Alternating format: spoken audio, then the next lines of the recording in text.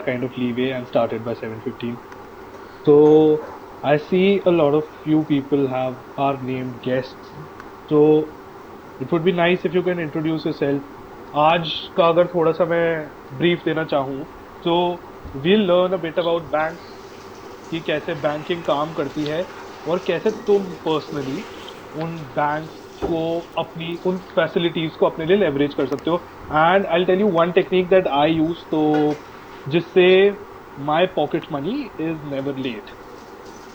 तो many of you might have that problem कि ऐसे पीछे भागना पड़ता है to get that pocket money और उल्टे सीधे काम करने पड़ते हैं. उल्टे सीधे बट या you are blackmail for it. So I'll tell you one like sure short thing that can help you solve all of that worries. So उसके बाद what we'll be doing is by the end of it you will learn how to make a financial plan for yourself. हमेशा एक problem का basic purpose basic solution तभी मिल जाता है जब हम उस प्रॉब्लम को सही से आर्टिकुलेट कर लेते हैं. तो you don't want to start investing without having a goal, otherwise you will lose track in the middle. So what we'll be doing today is setting up a goal, that a tangible value that you want to achieve by say 40, 50, 30, 20 years down the line. Yeah, and So like everyone's yeah, goals can be different. What we can help you with is realizing your goals, and they may be short term, they may be long term for 5 to 10 years, and they may be in the very long run, like over your lifetime, that you want to like create wealth. So when you retire at the age of 60, you have enough to spend the rest of your life lavishly, and you don't have to be dependent on anyone else. Because आजकल के time में I don't think anyone is going for government jobs, or even the government jobs aren't giving pensions like till perpetuity. So we need to invest in funds and in policies where your future is secured. so the basic purpose is wealth तभी create होती है when your money. This is a Kunal Shah's interview today at Your Story, wherein he says wealth is only created जब तुम्हारा जो पैसा होता है ना, उसके थ्रू जो पैसा आ रहा है, it dwarfs your own active income. So that is the only way you can create wealth. So when all of your investment together, the returns from there, so if you say you have 10 lakh rupees in your FD account or whatever the places, which even go ahead and tell you why FD accounts shouldn't be your first preference. But if all of that is there and the income, the interest that you're getting from there, if it dwarfs your monthly income, that is how you create wealth. That is how you actually get filthy rich. We're going to quote a lot from Warren Buffett. We're going to tell थोड़ी सी investment strategies वगैरह. But we have 12 participants. Let's give you a brief. So we have structured this course in like 5 classes, and the first one would be bare necessities. Bare necessities 1 or 2 दिए हैं मैंने नाम. Bare necessities है even if you don't want to invest, you don't want to go ahead and actively buy stocks, keep them, actively go for debt funds, say ETFs वगैरह नहीं जानना है, तो ये 2 क्लासेस के थ्रू एटलीस्ट तुम लोगों को ये पता चल जाए कि अपने फाइनेंसेस सॉर्ट कैसे करने हैं. That includes insurance, taxes, banking, and obviously financial planning. So that would be आज का agenda.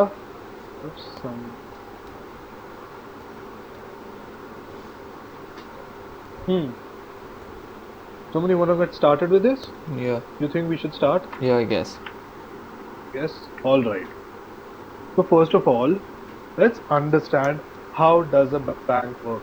तो एकदम बेसिक से चलेंगे, समझेंगे कि बैंक का मॉडल क्या होता है and why do they give you the schemes that they give.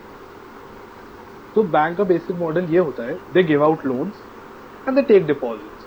That's their primary business. So suppose they take 1,000 rupees from you, they give you interest on this.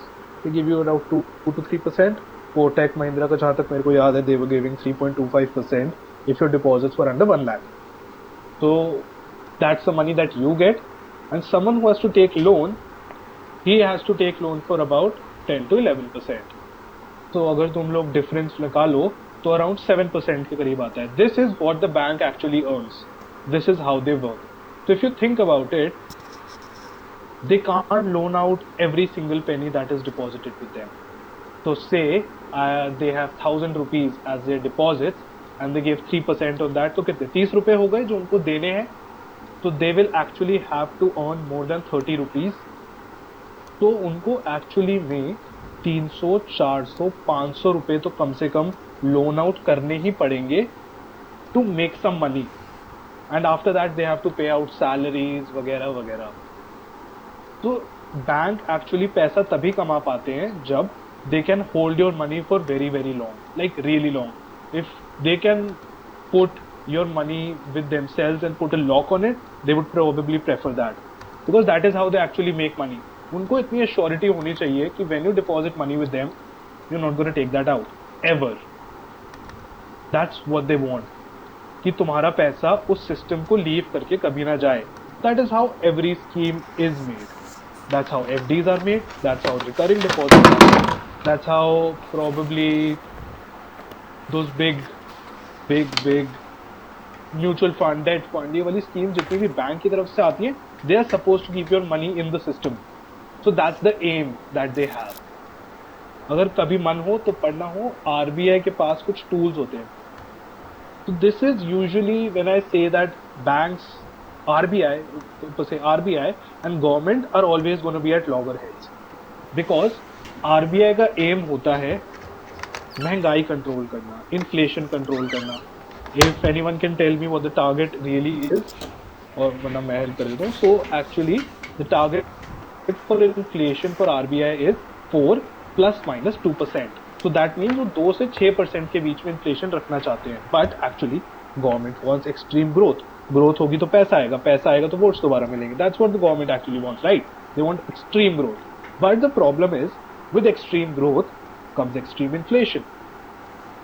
So you have to make a careful balance between growth and inflation, which is the RBI's job, and that's why we see so many fights between government and RBI. So how do they try to do that? They try to do that through various kinds of powers that they have been given through the RBI Act, which are say CRR, LSR, बड़ी बड़ी बातें, repo rate, reverse repo rate, कुछ नहीं है ये सारी चीजें. These are supposed to control liquidity in the market. Liquidity का मतलब मार्केट में कितना पैसा घूम रहा है. सिंपली यही काम होता है इन सारे टूल्स का. बस ओपन मार्केट ऑपरेशंस होते हैं. ओपन मार्केट ऑपरेशंस का मतलब क्या है? आरबीआई को किसी को कुछ बताने की जरूरत नहीं है और किसी से कुछ पूछने की जरूरत नहीं है ये सब करते हुए. तो what they actually do is they buy and sell bonds. Bonds क्या होते हैं? बॉन्ड सिंपली इसका मतलब है कि गवर्नमेंट को पैसा रेज करना है, वो तुम्हारे पास आए, कहते हैं कि प्लीज हमें पैसा दे दो. हम कहेंगे हमारा क्या फायदा. They say that we will actually give you out money after 10 or 12 years, say 10%, 11%. So you say, yeah, why not? I'm getting 8 or 9% in an FD. Why not get 10 or 11%, right? So that's how you get bonds. That's how you want to invest in government bonds. आगे जाके हम देखेंगे कि government bonds और कैसे कैसे तरह के होते हैं. बट बॉन्ड्स अगर आरबीआई खरीदता है मार्केट से तो उसके अगेंस्ट पैसा देगा. लिक्विडिटी आ जाती है मार्केट में लिक्विडिटी आ जाती है तो लोन्स चीप हो जाते हैं. लोन्स चीप हो जाते हैं का मतलब इंटरेस्ट कम देना पड़ता है. मेरे पास 1000 रुपए है तो मुझे अगर सिर्फ 10 रुपए कमाने हैं तो मैं उस पर कितने 1% चार्ज करूंगा. लेकिन अगर मेरे पास 10 लाख रुपए हैं और मुझे बस 10 रुपए ही कमाने हैं तो उस टाइम पे मैं शायद उतना इंटरेस्ट रेट चार्ज नहीं करूंगा. Does that make sense to everyone, right? So that's how RBI actually buys and sells bonds. अगर वो सेल करेगा बॉन्ड तो मतलब मार्केट से पैसा खींच लेगा. मार्केट से पैसा खींच लेगा तो ऑब्वियसली लिक्विडिटी क्रंच आता है, एटसेट्रा एटसेट्रा. तो तुम्हारे पास एक्चुअली में जेब में पैसा कम हो गया तो खर्चोगे नहीं. तो that's how they control liquidity, growth, inflation etcetera etcetera. So that's जब तुम आरबीआई के ऑपरेशंस देख के बहुत आसानी से पता लगा सकते हो कि इंडियन इकोनॉमी किस तरफ जाने वाली है. if they are trying to release money in the market, how do they do that? By reducing interest rates, by reducing repo, by reducing reverse repo वगैरह वगैरह, SLR, CRR कम कर देते हैं. ये सब पढ़ सकते हो तुम लोग चीज़ों के बारे में. इससे हमें पता चलता है कि yeah, someone asked something. So the government has reduced the repo rate to around 3.75%.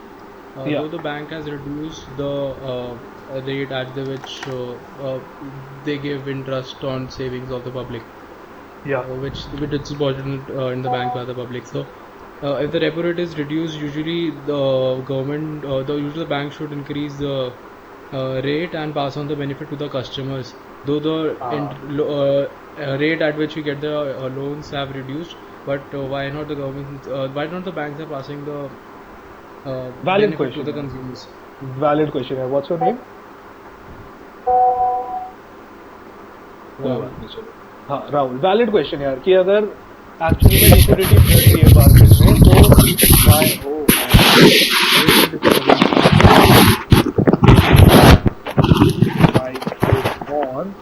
why I would request them to switch off their.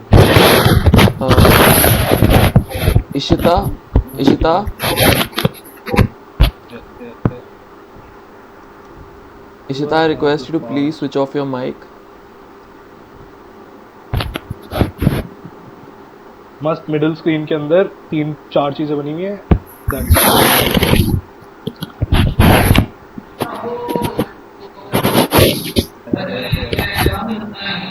Wait. Let me see if I can do something.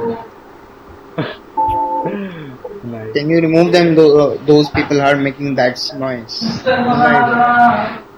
Don't worry about it. Now it's I guest. had It's someone guest. I don't know, man. Yeah. All right, let's resume. So- Let me take over the PPT Yeah, from go my ahead. laptop for a moment. So, yeah, the question was, why don't we get the benefit? So, हमको ये समझना पड़ेगा कि customers bank के कौन है. There are two customers, right? There is one who's depositor and there are one who we lend to. Okay, right? So these are the two customers. जब RBI के पास रेपो रेट कम हो गया, repo rate का मतलब क्या होता है? The actual rate of interest that RBI lends to banks. तो जिस रेट पे बैंक को उधार मिलता है RBI से, वो होता है रेपो रेट, सिंपली. तो अगर वो ही कम हो गया, तो मतलब वो आगे लोन्स चीपली दे पा रहे हैं. Does that make sense? अब वो अगर लोन आगे चीपली दे रहे हैं और वो तुम्हारा इंटरेस्ट रेट भी इंक्रीज कर देंगे, तो उनके मार्जिन तो स्क्वीज हो गए, राइट? बिकॉज अगर किसी को 8% पे इंटरेस्ट मिल रहा है और तुम लोगों को वो 6% दे रहे हैं, तो अब तो उन लोगों के पास सिर्फ 2% का मार्जिन बचा. तो they will actually have to reduce your margin too. They will actually have to reduce जो डिपॉजिटर को इंटरेस्ट मिलता है वो. Does that make sense? So when interest rates go down and repo everything goes down, FD वगैरह सब बहुत cheap हो जाती है. तो ये तभी होता है ज़्यादातर जब मार्केट के अंदर लिक्विडिटी इंजेक्ट करनी होती है, जब इकोनॉमी की बहुत ज़्यादा बुरी हालत होती है. तो what they are essentially telling you कि बैंक में पैसा मत रखो, उसको जाके स्पेंड करो.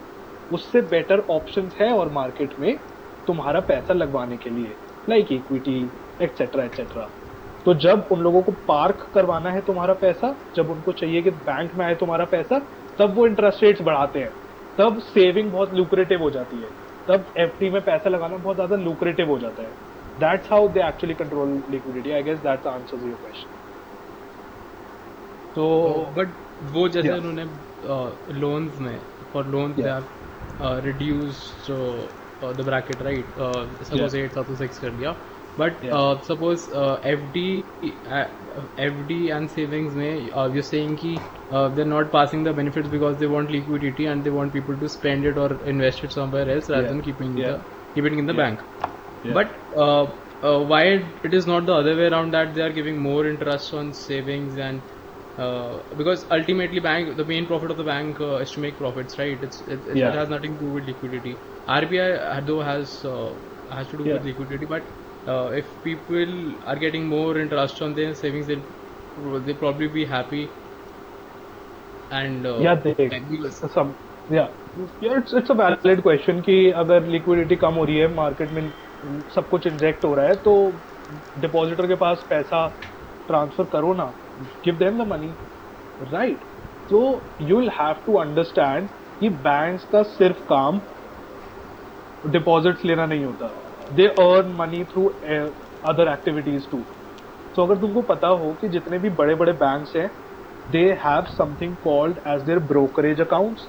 तो Kotak Mahindra bank actually equities में भी इन्वेस्ट करता है, करवा सकता है, they can act as a broker. तो जितने भी बड़े बड़े बैंक्स हैं, the private banks who actually want profit, they have other services as well. तो जब उधर से अगर पैसा नहीं भी आ रहा, they can get the money through other services as well. अगर लिक्विडिटी बढ़ेगी तो लोग इक्विटी की तरफ भी जाएंगे, ब्रोकरेज अकाउंट ज्यादा खुलेंगे, ज्यादा वहां से पैसा आ जाएगा. Don't worry about that. So what I mean to say, you will actually have to study more about it कि रेपो रिवर्स रेपो कैसे काम करता है. बट बड़े बड़े तौर पे बस इसको समझ ले कि सिंपली ये मतलब है कि अगर रिवर्स रेपो कम होगा, इंटरेस्ट रेट्स कम होंगे, तो हर तरफ इंटरेस्ट रेट कम होंगे. डिपॉजिट के भी इंटरेस्ट रेट कम होंगे, लोन्स के भी इंटरेस्ट रेट कम होंगे.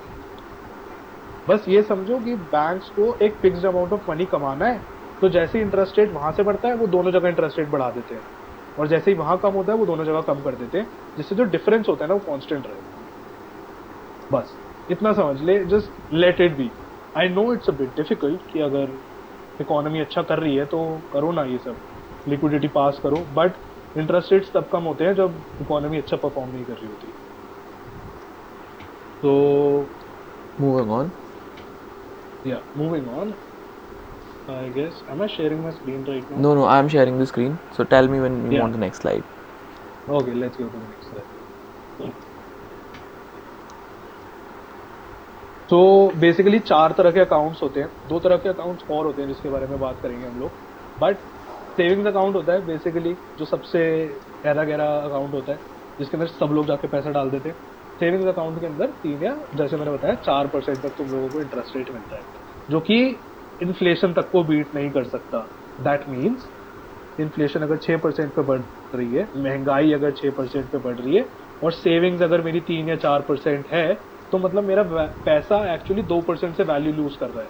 तो मतलब अगर मेरा वो पैसा 100 रुपये है, वो सेविंग अकाउंट के थ्रू 104 तो हो गया, बट उसकी अब कैपेसिटी 6% से नीचे भी गिर गई. तो एक्चुअली वो पैसा जो 100 रुपये की चीज़ खरीद पा रहा था, वो सिर्फ 98 रुपीज़ की चीज़ खरीद पाएगा मोटे मोटे तौर पे. तो करंट अकाउंट होता है कि अगर मेरा कोई बिजनेस है, मैं बहुत ज़्यादा ट्रांजैक्शंस करना चाहता हूँ उसके ऊपर, तो करंट अकाउंट यूज होता है. करंट अकाउंट पे कुछ इंटरेस्ट रेट नहीं मिलता. फिर जो 2 तरह के अकाउंट जो बैंक एक्चुअली बहुत पुश करते हैं, which is an FD and an RD. FD is a fixed deposit, RD is a recurring deposit. Fixed deposit का मतलब क्या है? फिक्स्ड डिपॉजिट मतलब तुम्हें फिक्स्ड रेट ऑफ इंटरेस्ट मिलेगा फिक्स्ड अमाउंट ऑफ टाइम तक, फिक्स्ड सम पे. That's what it means, right? तो why do actually people go for FDs? FDs के अंदर ना लॉक इन पीरियड होता है. लॉक इन पीरियड मतलब अगर तुम इससे पहले पैसा निकालोगे तो तुम्हें पेनल्टी लगेगी. पेनल्टी तुम्हारे मेन कॉर्पस पे नहीं लगती, तुम्हारे इंटरेस्ट पे लगती है. तो अगर 8% मिल रहा था तो 7.5% मिलेगा. That's what the penalty means. So that's why people actually don't want to get that penalty.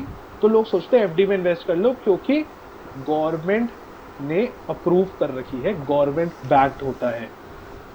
But what people don't realise is कि फिर तुम्हारे पास PMC जैसे केसेस भी होते हैं और अदर केसेस भी होते हैं, वेर यू थिंक कि बैंक है तो गवर्नमेंट आके बचा ही लेगी, गवर्नमेंट बैक्ड है.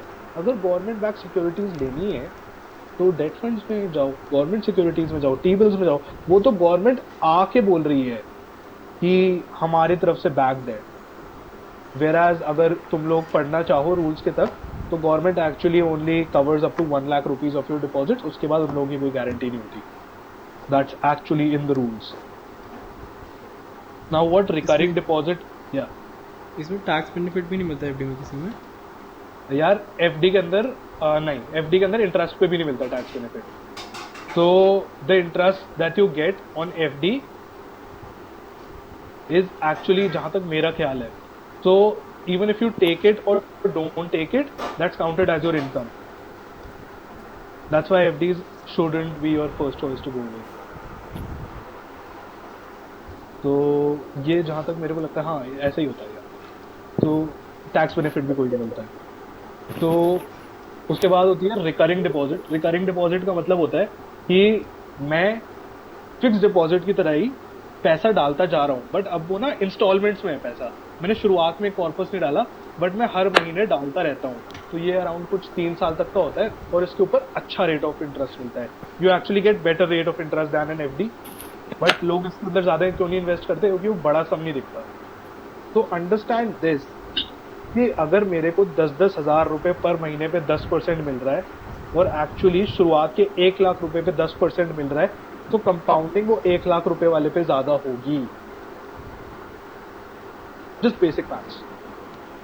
That's how everything, that's the 4 most basic kind of accounts that you can get opened in a bank.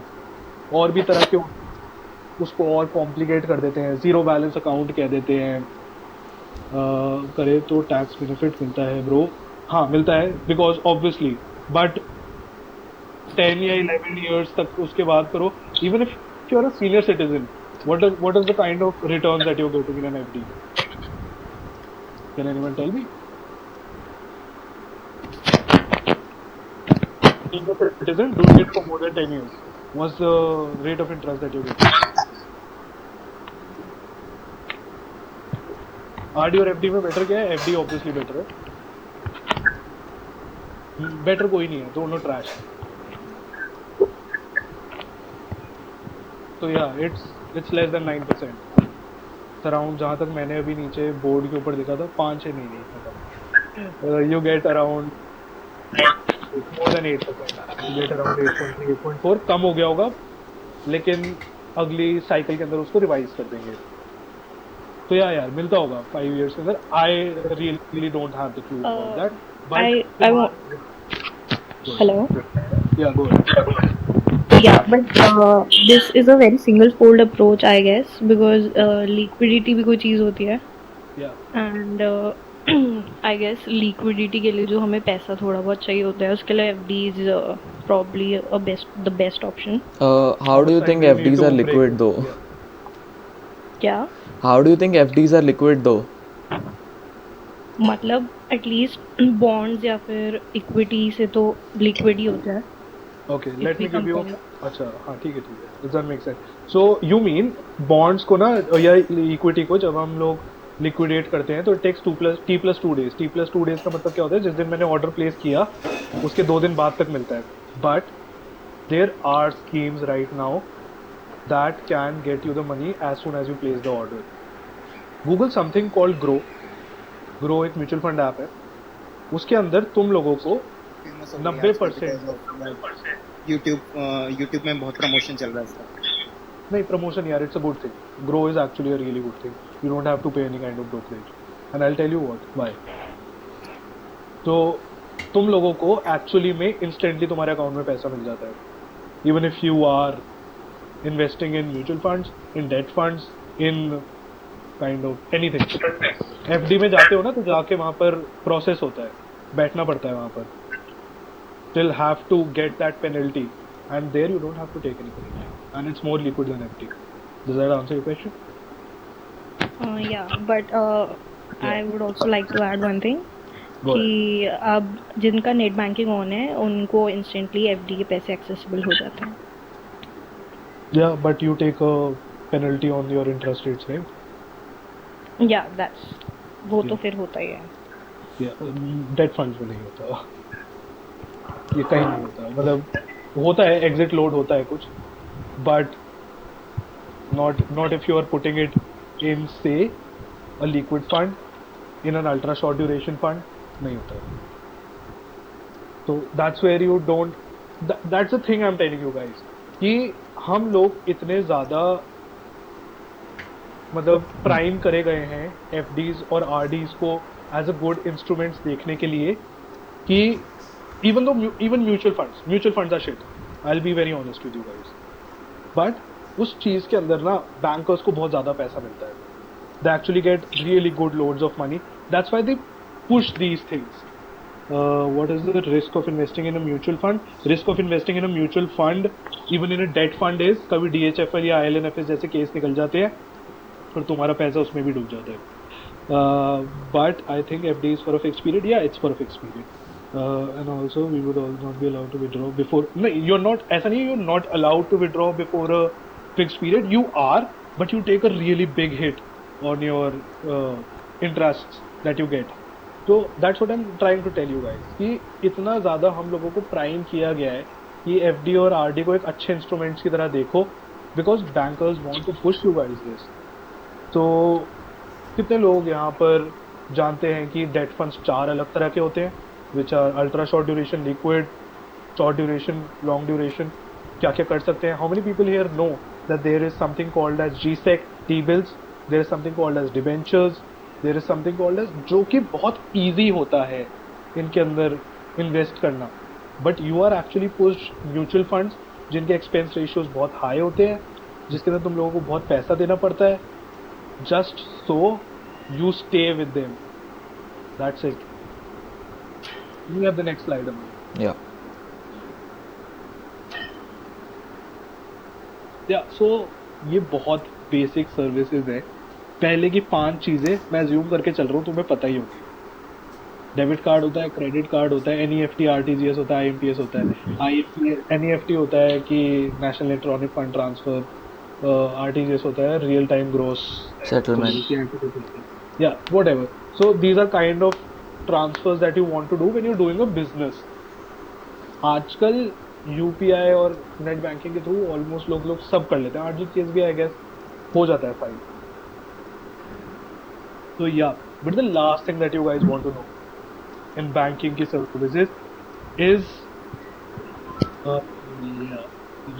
अच्छा नहीं तो best alternative क्या है? Best alternative is an index fund, is a debt fund, जो आगे हम बात करेंगे कभी.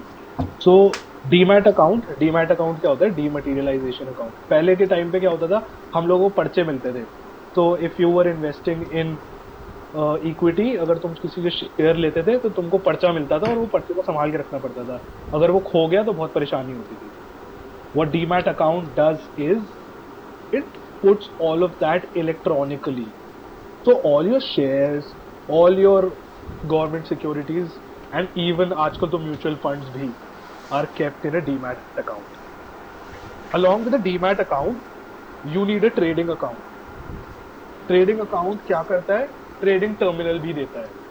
तो कई बार ये तीनों चीज़ें पैकेज करके, savings account, demat account, trading account, package करके तुमको दी जाती है. कहते हैं 3-in-1 अकाउंट है ये तुमको दी जाती है through these various banks and they charge a really high brokerage for you.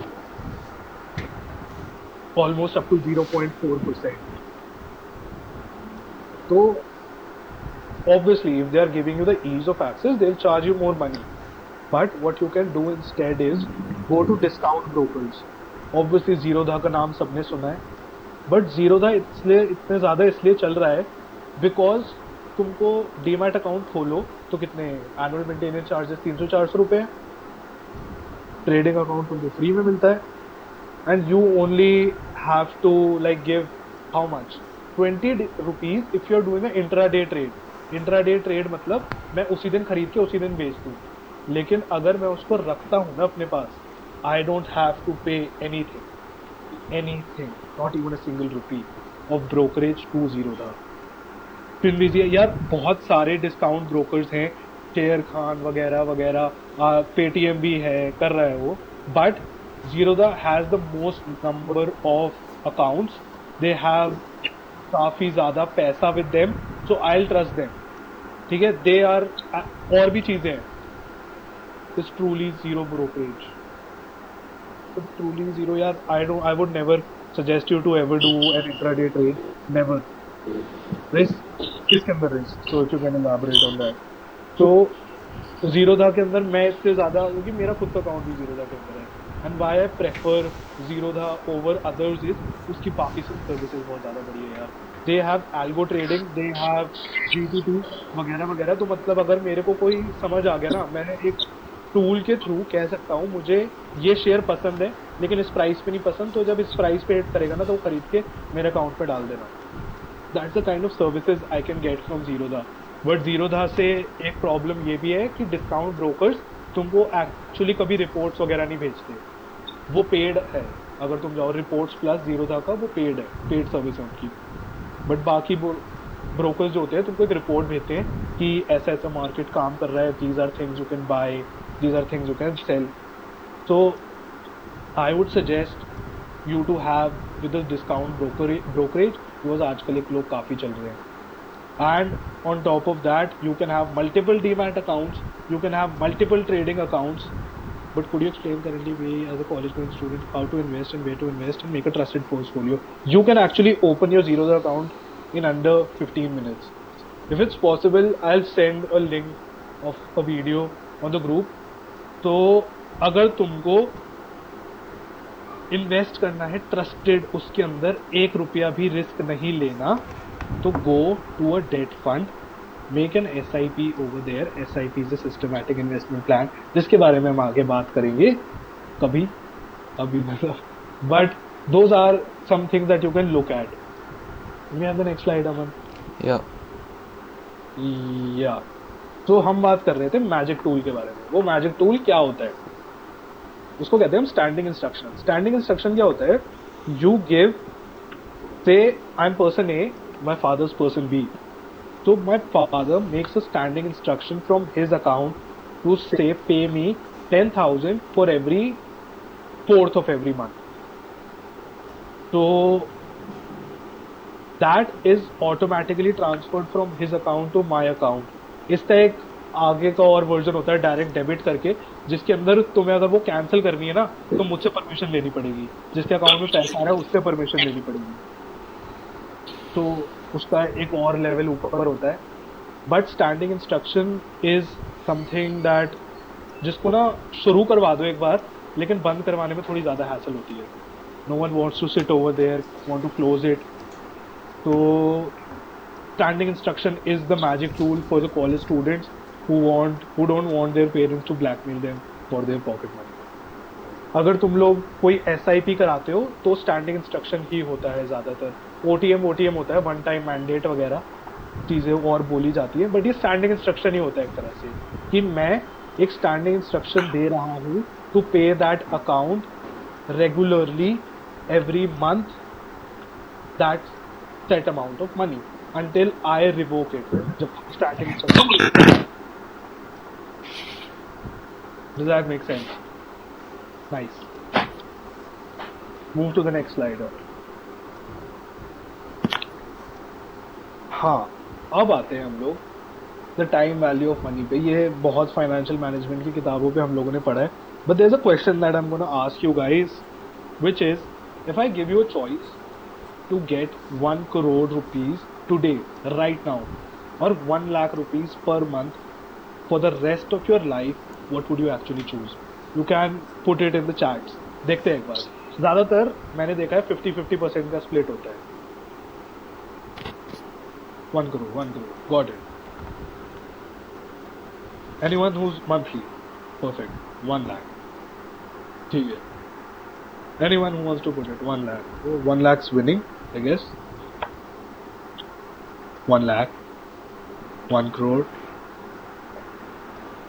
हाँ, तो it's split in the middle. I'll tell you what I would do. I would actually go ahead and take 1 crore rupees today. Simply बता देता हूँ. Old Avalon question. ha.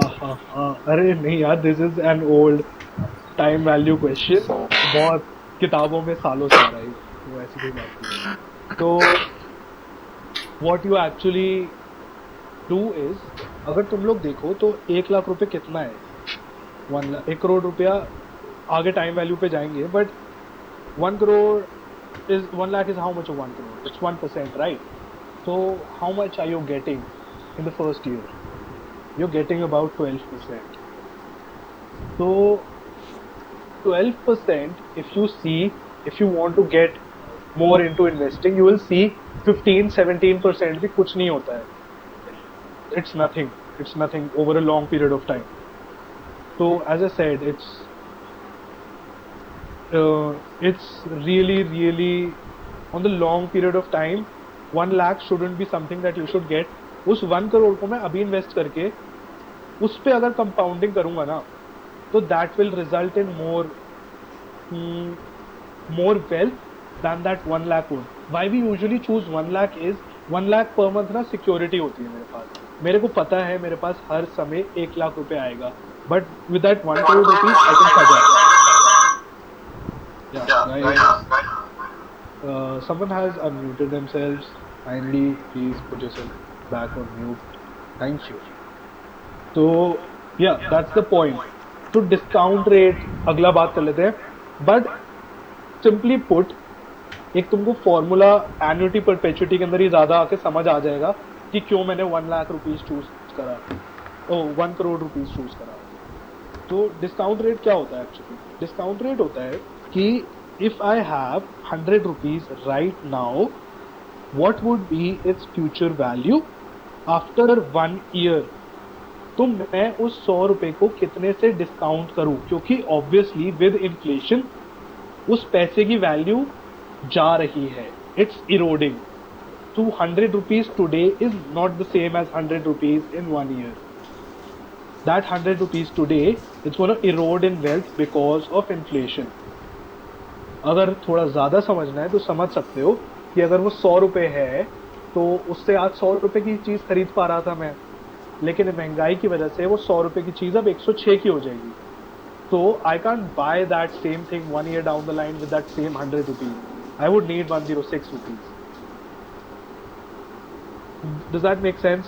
तो actually में मोटे मोटे तौर पे वो 100 रुपए की वैल्यू अगर 6% इन्फ्लेशन है तो 94 हो गई, इरोड हो गई इन्फ्लेशन की वजह से. तो that's what we call discount rate. तो अब बात करते हैं प्रेजेंट वैल्यू और फ्यूचर वैल्यू के बारे में. तो I want you guys to take one thing. एक चीज लो, एक long term goal low.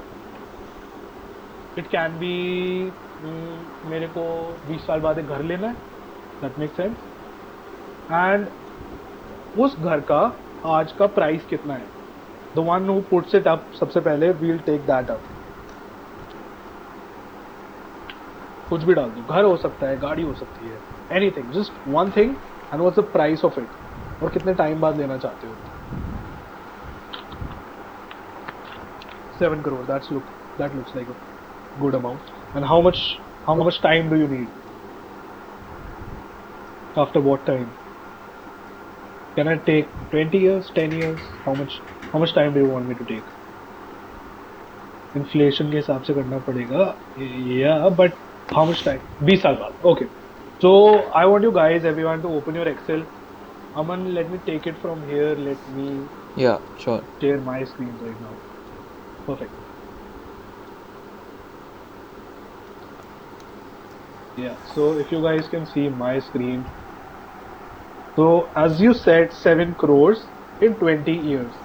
Let's find out कि वो 7 करोड़ 20 साल बाद कितने हो जाएंगे. सिंपल सा एक्सेल फॉर्मूला लगाते हैं जिसके अंदर इक्वल टू एफ ई 7 करोगे तो समझ पाओगे. रेट आता है, रेट के अंदर मैं क्या डालूँ, इन्फ्लेशन डाल देता हूँ 6%.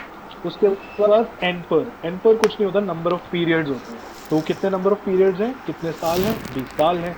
अगर मंथली करोगे तो वो इंटू 12 कर देंगे.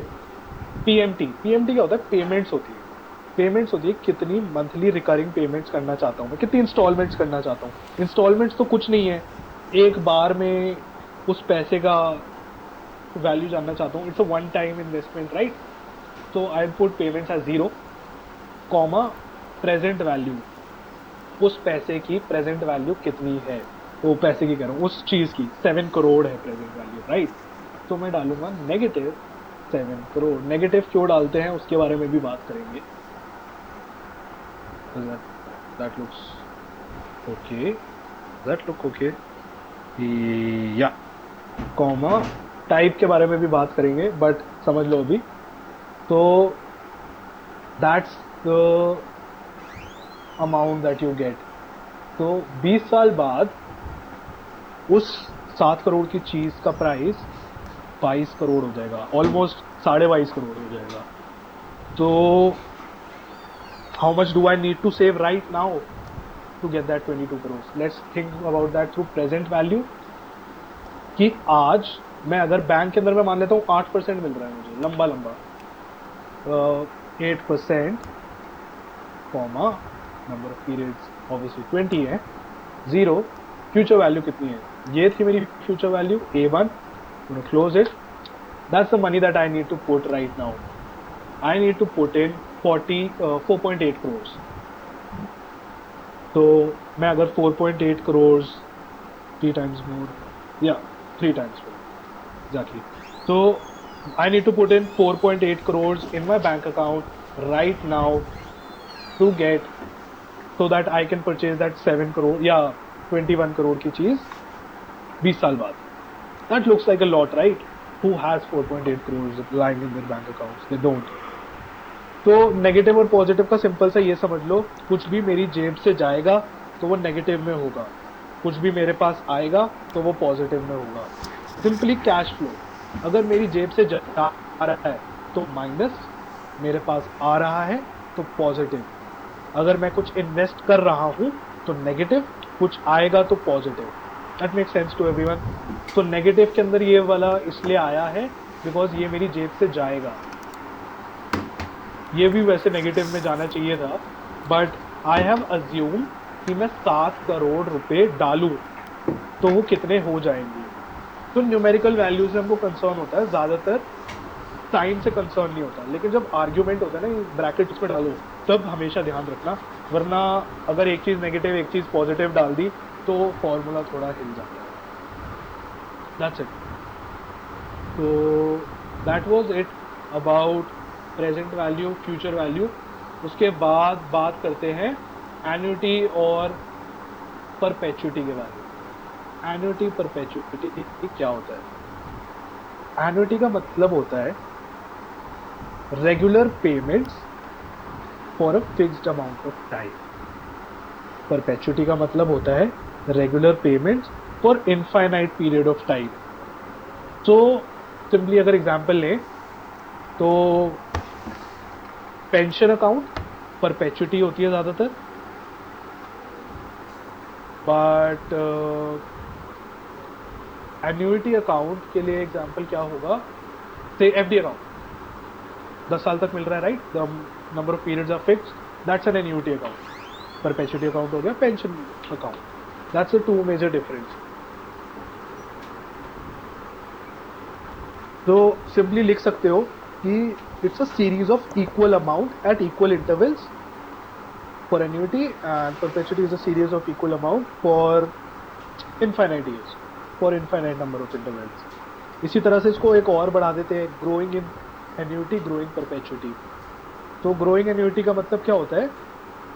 It's a series of increasing amount at equal intervals, और perpetuity होता है series of increasing amounts for an infinite number of periods. ये कुछ होते हैं और बहुत सारे फॉर्मूलाज हैं इसके, बट तुम लोग एक्चुअली वो एफवी और पीवी के थ्रू ये सब समझ सकते हो। It's not that difficult to understand. So अब उसी के बारे में बात कर रहा था, right? I will tell you what 1 lakh rupees per month is. अगर मैं उस 1 लाख रुपी पर मंथ की प्रेजेंट वैल्यू निकाल लूँ तो अब क्योंकि टाइम फ्रेम सेम हो गया है तो मैं एक्चुअली में इन दोनों को कंपेयर कर सकता हूँ, राइट? तो I will take over this screen right now, I will show you guys. Future value का फॉर्मूला होता है कि फ्यूचर वैल्यू ऑफ परपेचुटी का, प्रेजेंट वैल्यू ऑफ परपेचुटी का, कि future value divided by R minus G. R minus G का मतलब क्या है? आर मतलब रेट, बैंक रेट ले सकते हो, जी होता है ग्रोथ, ग्रोथ की जगह इन्फ्लेशन ले सकते हो। तो वो 1 लाख, राइट, या डिवाइडेड बाय 8%। मैं अज्यूम कर रहा हूँ कि मैं वो 1 लाख हर टाइम बैंक में डाल दूंगा, तो मुझे उस पर 6% मिलेगा। 6% gives me how much? 0.2, right? 2% है ये, तो 0.02। If you see, that's how much? That's 5 crore. Is it 5 crore? 50 lakh for some reason. What did I do wrong? I did something wrong, but it's not showing over here. 5. It should be 50 lakhs, obviously. 50 lakhs. So it's half of 1 crore, right? So 1 crore today या 1 lakh for equal interval of times के अंदर फर्क समझ आया, क्योंकि उस चीज़ की value सिर्फ 50 लाख रुपए ही है और मैं तुमको एक्चुअली में 1 करोड़ रुपए दे रहा था। So that's how you take future value, present value, annuity, perpetuity, वगैरह वगैरह। But let's come to the basic, most major point of today, which is how do you actually make a retirement plan for yourself, which is how do you make a financial plan, right? मेरे पास जितने भी responses आए थे, those were actually from mostly 80-90 लोग उसके अंदर से were 20 to 21 years old. So this is what I'm taking. But if you are not, I would actually want you to do this with your own figures, with your own amounts. Retirement के लिए plan करने के लिए सबसे मतलब क्या होता है मेरा, रिटायरमेंट के टाइम पे ना मेरे पास पैसा आना बंद हो गया है। सोचो मैं एक पब्लिक प्राइवेट एम्प्लॉय हूँ, पीपीएफ वीपीएफ किसी चीज़ में नहीं इन्वेस्ट कर रखा, और जैसे ही मैं रिटायर हुआ मेरे पास पैसा आना बंद हो गया। तो I have to plan for my retirement, right? You can do this for any kind of future financial goal that you have, not just retirement. किसी भी चीज़ के लिए प्लान कर सकते हो ये सेम स्ट्रैटेजी यूज़ करके। तो इसके अंदर क्या करते हैं हम लोग, सबसे पहले बोलते हैं कि मैं एक्चुअली में कैलकुलेट करता हूँ कि मेरा जब मैं 60 साल का हो जाऊंगा मंथली खर्चा कितना होगा। So say right now with the same living standards, I say right now I spend 1 lakh rupees per month, ठीक है? तो इसको इन्फ्लेशन प्रूफ कर देते हैं, इन्फ्लेशन से डिस्काउंट कर देते हैं। तो मैं तुमको क्या कहना चाह रहा हूँ कि मैं 20 साल का हूँ, मेरे मंथली एक्सपेंसेस 1 लाख रुपए पर मंथ है, मैं 60 साल की उम्र में रिटायर हो जाऊंगा, मैं 90 साल तक जीऊँगा।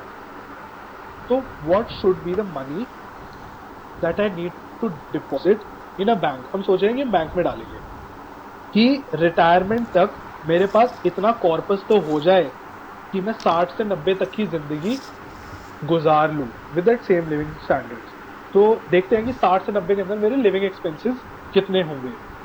तो I write equal to future value. Can everyone see this? Do I need to zoom in more?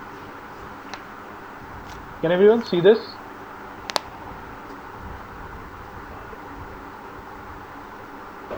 Into future value.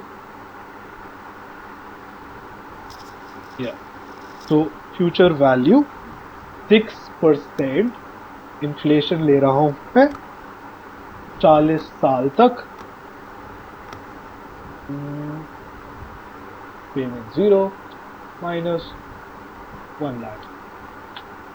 तो अगर तुम लोग देख पा रहे हो तो मुझे हर महीने 10.28 लाख रुपीस चाहिएंगे जब मैं 60 साल का हो जाऊंगा। मैंने ना अज्यूम करा है कि 60 से 90 तक कोई इन्फ्लेशन नहीं है, कि ना मेरी वो जा रही है, फैकल्टीज जवाब दे रही है। If you want to go into that there is a formula like this of growing annuity, ये मैं शेयर कर दूंगा, तो कर लेना खुद की कैलकुलेशन। इसके अंदर मैं एक्स्ट्रा भी जा सकता हूँ। मैं कहूँ कि अगर मैं चाहता हूँ कि ये भी इन्फ्लेशन प्रूफ हो जाए कि उसके बाद भी मैं करता रहूँ, तो उसके भी फॉर्मूले होते हैं। तो where in I would write 8% minus 6% डाल के तुम लोग कैलकुलेट कर सकते हो कि अगर मैं चाहता हूँ कि मेरे को हर महीने इतना ही पैसा मिले, लेकिन वो इन्फ्लेशन प्रूफ हो, कि अगर मैं 70 को हो जाऊँ ना तो मेरे को उस टाइम पे 10.28 लाख ना मिले, उस टाइम पे उस समय का जो 10.28 lakhs है वो मिले. So Kunal, you can- Rahul has a question that why did you not take inflation rate? So Rahul, the 6% that we've taken in the future value formula is the inflation rate. We are assuming inflation rate to be constant for the next 40 years at 6%, and that's how we've calculated this future value. यार देख कभी ना 8% भी जाता है, कभी 2, 3, 4% भी जाता है. अभी दिसंबर के अंदर food price inflation was around 6 to 7%. तो हम लोग मान के चलते हैं कि ग्रोइंग इकोनॉमीज होती है ना उनका 6% रहता है. That's what we assume. बस समझ ले, मान ले. If you want to go delve deeper into it you can read more papers why it's 6%. But एक फिलिप्स कर्व होता है, उसको जाके थोड़ा इकोनॉमिक्स में पढ़ना. That's really that's not how we get to inflation, but that's how एक unemployment और इन्फ्लेशन वगैरह का होता है. तो बड़ी कंट्रीज, ग्रोइंग कंट्रीज का एम होता है कि वो अनएम्प्लॉयमेंट कंट्रोल करें. अनएम्प्लॉयमेंट कंट्रोल करने के लिए क्या करना होता है? ज़्यादा ग्रोथ चाहिए, राइट? ज़्यादा इंडस्ट्री चाहिए. ज़्यादा ग्रोथ के साथ जैसे मैंने बताया ज़्यादा इन्फ्लेशन आता है. तो अब मैं डिसाइड करता हूँ कि मेरे को 60 साल की उम्र में ना कितना पैसा. Let's keep the questions till the end of the session. Let's wrap it up for Yeah. people who are just here for the basic meet. We can also Yeah, move so- this discussion to the WhatsApp group. True. So I'll wrap this up in 10 minutes. Then I'll take up कि is inflation good or not. तो कि मैं 60 साल की उम्र के अंदर कितना अपने पास रिटायरमेंट कॉर्पस रख लूँ कि मेरे को हर महीने 10.28 लाख रुपीस मिलते रहें. तो अज्यूम करो मैं 60 साल का हूँ और मैं चाह रहा हूँ कि मेरे बैंक में रखा हुआ पैसा मेरे को डिवाइडेड बाय 12 इसलिए करा क्योंकि मेरे को मंथली पेमेंट चाहिए. Does that make sense to everyone? तो नंबर ऑफ पीरियड्स को भी मैं इनटू 12 करूंगा क्योंकि रेट को 12 से डिवाइड करा है तो मंथ्स को 12 से मल्टीप्लाई कर दिया है to get a monthly figure. Payments कितनी पेमेंट्स चाहिए? The 10.28 lakh, right? Future value मैं चाहता हूँ एंड में ये अकाउंट का पैसा 0 हो जाए, ठीक है? And I close this. If anyone can see, तो I need to have 14 crores in my retirement corpus by the time I am 60. और नहीं, फिगर्स बहुत ज़्यादा बड़ी लगती है. दे विल एक्चुअली लाइक किसके पास है भाई 14 करोड़ रुपया ऐसे डालने के लिए? But when you actually try to see the power of compounding etcetera, जो मैं दिखाता हूँ अब कितना फर्क पड़ता है. तो how much do I need to save right now कि मैं 14 करोड़ पे पहुंच जाऊँ? देखते हैं कितनी पेमेंट्स, पीएमटी कहते हैं इसको, मैं लूँ. तो चलो बैंक में डाल दिया है. नंबर ऑफ पीरियड्स मेरे पास 40 है, 20 का हूँ, 60 पे रिटायर हो रहा हूँ. तो प्रेजेंट वैल्यू 0 है. फ्यूचर वैल्यू मैं चाहता हूँ मेरे पास आए, तो आई am gonna make this negative of A. Negative का नेगेटिव पॉजिटिव हो जाएगा. तो मेरे को आज हर महीने 40,000 रुपये देने की ज़रूरत है, तब जाके मेरे पास 14 करोड़ रुपए 40 साल बाद हो जाएंगे. Who has 40,000 rupees right now? No one does, right?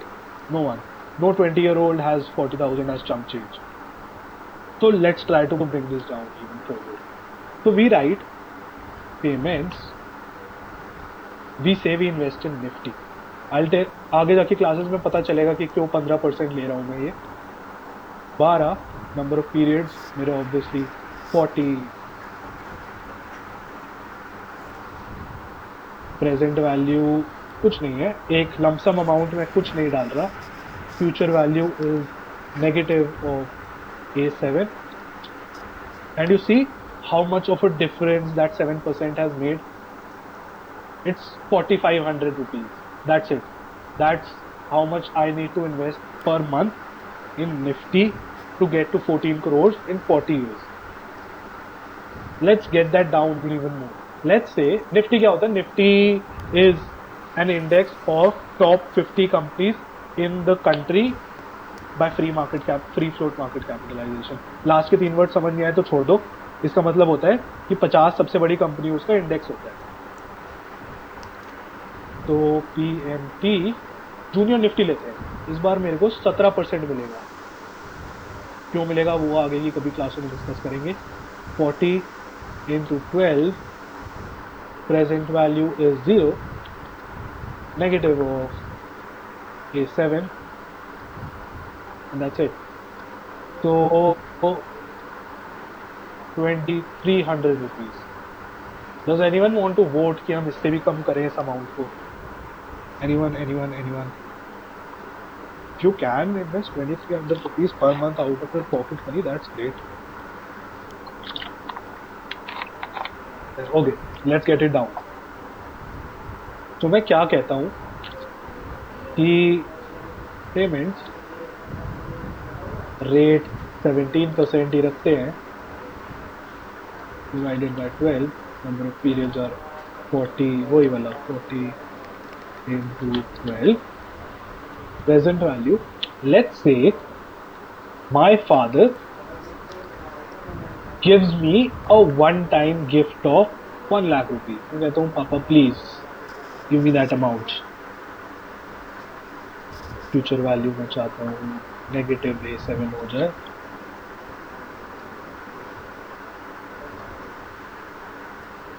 That's it. So with a one-time payment, you get to 904 rupees. Just 1000 रुपए पर मंथ देने की जरूरत है, and you can get to your retirement corpus easily. So if anyone wants to vote कि और कम करें, उसको 2 लाख कर देते हैं। You see, it comes in positive right now. Positive का मतलब है कि instead of investing anything from this 2 lakh rupees, I can actually take away 500 rupees per month, and it would still reach 14 crores. That's what positive means here right now. I don't need to put in anything. I can take 500 rupees from that amount, from that invested amount, and it would still reach 14 crores. So that kind of wraps up the session. अब लेते हैं questions. तो अगर कोई doubt vote आया है इनमें से किसी के अंदर, so please go ahead and shoot your doubts. So is inflation good for the economy? Yes, inflation is good for the economy because without inflation you are not growing. All the economists actually say that there should be some kind of positive inflation for the economy. That's how you actually grow. Inflation का मतलब क्या होता है कि कुछ भी, अगर मैं 100 रुपए की चीज़ प्रोड्यूस कर रहा था, अगले साल भी वो 100 रुपए की ही चीज़ प्रोड्यूस कर रहा हूँ, कुछ एक्स्ट्रा प्रोड्यूस नहीं करा है, बट अब मैं वो 100 रुपए की चीज़ 104 में बेच रहा हूँ। So that is essentially what inflation is. Without producing anything else, It's more like a necessary मतलब evil, without- like an economy can't work Yeah. without inflation.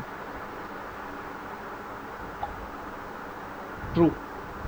I see people are leaving like the webinar because they think that it's over. So if anyone else is about to leave, please guys do like us on Instagram and follow the WhatsApp group for more updates. Follow us on Instagram by the name of Madage. We're doing a lot of work for you guys, and there's a lot in the pipeline that's about to come. And let's just get on with the doubts now. Yeah. Yeah. I have 2 lakhs aaj. So am I done for my retirement? Yeah, man. If you have 2 lakhs today and that's how you want to go ahead with it, true, you are done. So why bank charges more interest initial year and less on principal? I don't get what you're trying to say, but eventually interest इसलिए कम होता जाता है अगर तुमने loan लिया है, क्योंकि तुम थोड़ा सा इंटरेस्ट के साथ प्रिंसिपल भी पे कर रहे हो। If you know थोड़ा सा फाइनेंशियल वो, तो इस वजह से इंटरेस्ट प्रोग्रेसिवली कम होता रहता है। कई बार नहीं भी होता है, फिक्स्ड इंटरेस्ट पेमेंट्स भी होती हैं। तो is investing in Because I'm paying an EMI of 15,000. या The या what bank is doing right now is they're charging around 14,500 as interest, and about the principal amount, so let's say 10 lakhs. the principal amount deducted from my the amount deducted from my principal amount is only just 500, and Yeah. what I've seen is the graph goes up as we go down the lane. So if I'm paying my last installment, 500 Yeah. rupees would be paid as interest and 14,500 would be paid as my principal paid as an interest to the bank. हाँ. And और principal कम हो गया. why Yeah. why यार इतना समझ, हिंदी में बताता हूँ. अगर मैं इंटरेस्ट दे रहा हूँ, अगर ब्याज दे रहा हूँ, तो मूल भी तो दूंगा ना. तो I don't have to just pay interest, I have to pay the whole sum that I have taken too. So if I have taken 1,000 rupees, I need to pay the 10 rupees interest on it, plus I need to pay back the 1,000 rupees. So that is why your principal keeps on going down. और अब ऐसा तो नहीं है कि and में मैं तुझसे वो 1,000 रुपये मांगूंगा. Your EMIs along with interest, they have some component of principal in it too. That's how that's why your principal actually keeps on reducing. Trading or investing, never go for trading. Thoughts on intraday trading? Intraday trading is based on sentiments. It's not based on fundamentals. No, so Intraday like trading. I'd like to pitch in here. If you're talking about, so first we'll answer Kritik's question, that is investing in index a good option for a newcomer? Yeah, man, obviously. So what you have to understand is that the economy works in cycles of 5 to 10 years, where there are booms and there are depressions. You have to have a long-term vision, and you have to hold on tight to your seat. Like for example, I guess you guys might have heard the story of a man who bought shares of a company and then forgot about it for 40 years, and that's how he created his wealth. I guess it was MRF Tires. So Yeah. invest in index funds and then don't check the price every day, because that is something that humans can't control. जब वो 7%, 10%, 20% का dip लेगा market and you see your wealth eroding from your portfolio, you would be tempted to sell it off to protect your capital. But in the long run, we can see in the further webinars, further classes, that Nifty provides an approximate return of 15% and Nifty Junior approximate return of 17%, but with a little more risk. जहाँ तक बात आती है trading और investing, so it depends on your goals. If your goal is to maximize your wealth in the long run, investing is the way to go. If you're looking to make a quick buck out of the stock market, trading, yeah, people do it, man. They have their livelihoods dependent on it, but that is a separate line in the stock market finance thing. We are more focused on investing and growing your wealth in the long term. For trading, you need to have a sound background of technical analysis, and you need to follow the news minute by minute, second by second. A single tweet by Donald Trump in the US can, affect share prices here in India. So intraday trading is more of a There are full-time job. indicators ना, मैं बता देता हूँ indicators क्या होते हैं. Technical analysis इसके ऊपर बेस्ड होता है कि मार्केट अब क्या करेगी. So what they are trying to tell you is कि तुम भी वही करो जो सब लोग करने वाले हैं. That's what indicators are based on. Candlesticks, I know, man. I know all of the candlesticks. I know when there is a bullish engulfing, when there is a bearish engulfing, when there is a Fibonacci retracement. कुछ भी sense नहीं बना रहा होगा अभी. But trading is तुम लोग अपना active money उस पैसे से बना रहे हो. Your job is trading. You are not earning money out of money. You are not doing that. Your job is trading. Your active income is trading. So if you want to read about Rich Dad Poor Dad, read the difference about active investing and passive active income and passive income. That's the two things that you can read about. But yeah, इस चीज़ के बारे में about this course further, the aim of this course actually is to raise as much funds as we can for COVID. So what we are trying to do is, अभी इसके बाद you can reach out to Aman and we'll put out कि हम लोग क्या करने की सोच रहे हैं इसके थ्रू. तो that would be it. But there are और कोई क्वेश्चंस हो तुम लोगों के, तो go and shoot for it. If Aman wants to take over from here, he can. Anyone wants to go and go.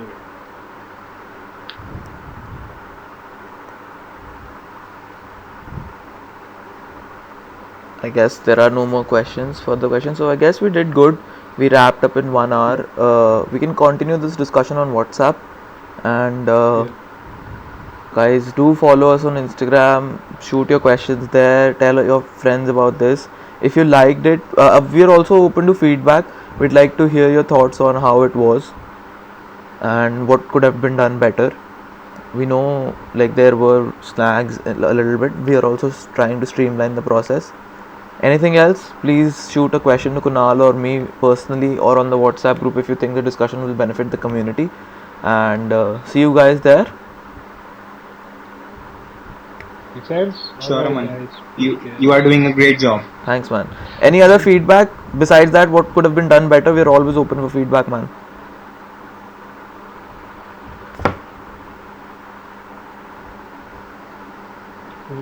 All right. Bye, thanks. Alright. Okay. Thank Take you, care, guys. everyone. Bye bye.